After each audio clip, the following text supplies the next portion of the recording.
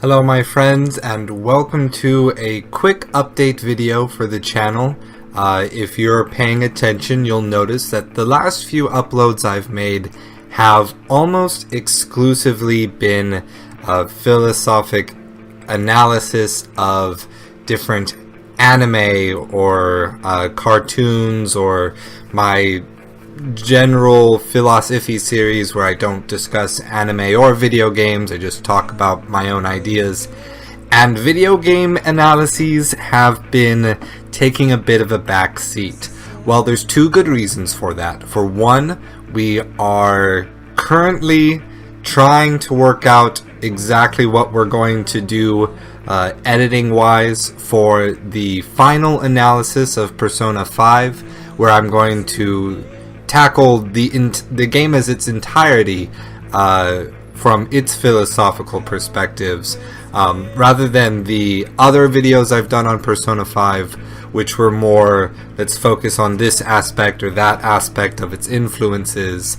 So that's going to take a little bit more time, mostly because of how long I actually invested in that game, and I kind of want to do it a good deal of justice. Jokes. That's funny. No, it's not.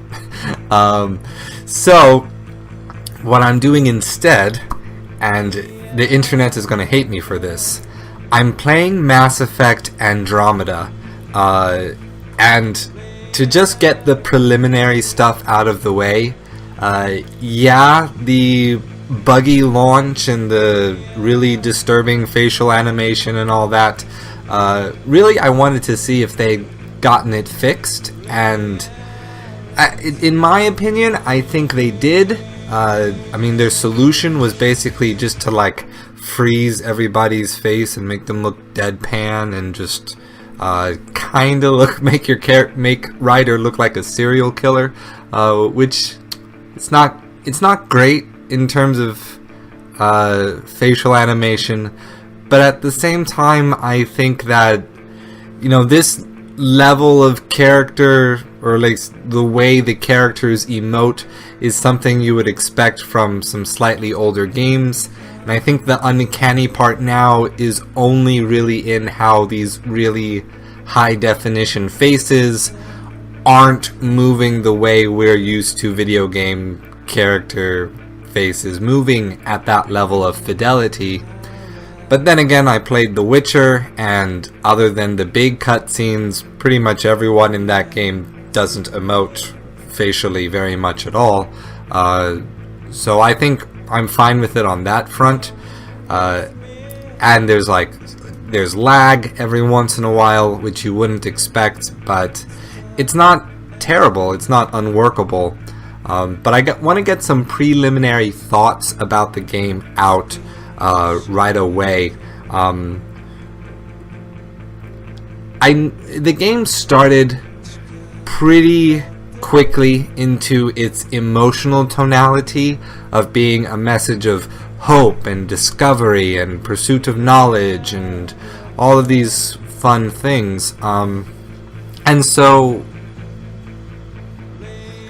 then the very next step that it took was, but getting in the way of that is war and political conflict in the Nexus and big racism, right in your face, big racism.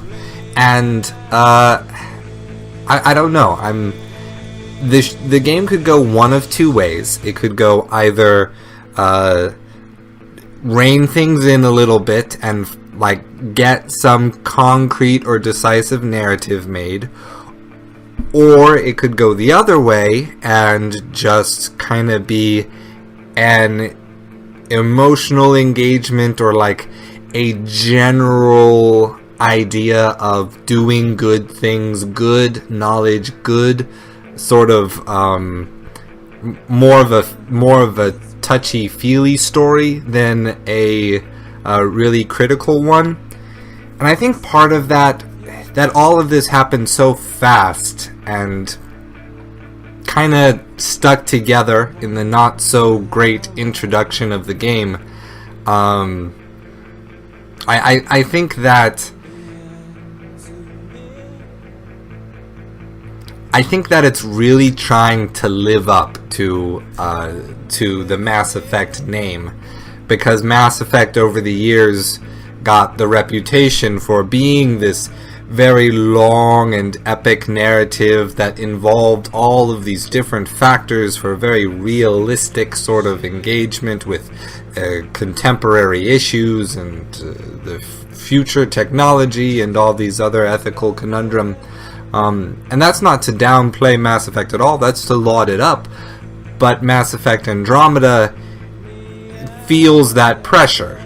It feels the pressure of that and is trying to show that it is going to be all of those things right from the get-go. And so that's what has me worried about the rest of the game. Not so much the gameplay dysfunctionality, which I think is all but fixed at this point, just from playing it myself. And more, I'm worried about the story, because if they're trying too hard to crush all that Mass Effect 1, 2, and 3 were into one game, then that message, or any sort of message that they could tell, could very easily get lost. But anyway, that's to say that the current video game that I'm playing, that will be the next analysis on the channel, is a long one. It's more actiony, so it's going to be a good change of pace from my burnout from Persona 5. Persona 5 was a little bit too much game for me. I got a little bit tired of playing video games for a while, but I think I'm back in the swing of it. So what you should expect from the channel is going to be more evaluations of anime before that trend can swing back in the other direction. Because, in all honesty, I play a lot of really long-form games. Sometimes I won't play a 60-hour game for months. I'll, go from 125-hour games to 225-hour games back to back.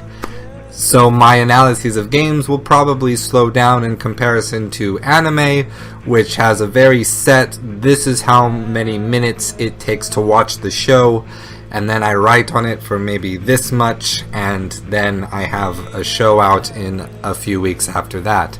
So it's just to let you know that all these projects are still happening, they're still rolling. The channel isn't becoming a just anime channel or a just video games channel, but we'll probably see more of the philosophy of Ghost in the Shell without Gaps series than we will the video games, and any update on that front.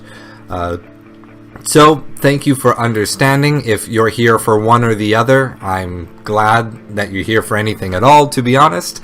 And it really means a lot to me if you bear with me for the time being when we're not discussing the medium that you're particularly interested in.